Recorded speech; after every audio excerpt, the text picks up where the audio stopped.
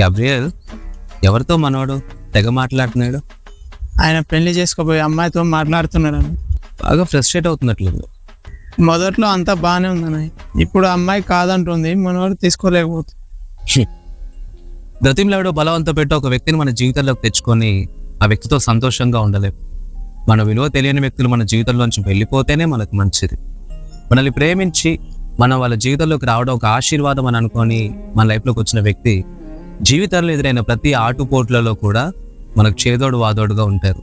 కానీ మనం బలవంతాన్ని తెచ్చుకున్నటువంటి వ్యక్తి జీవితంలో ఎదురైన ప్రతి కష్టానికి నష్టానికి మనల్నే కారణంగా చూపిస్తారు.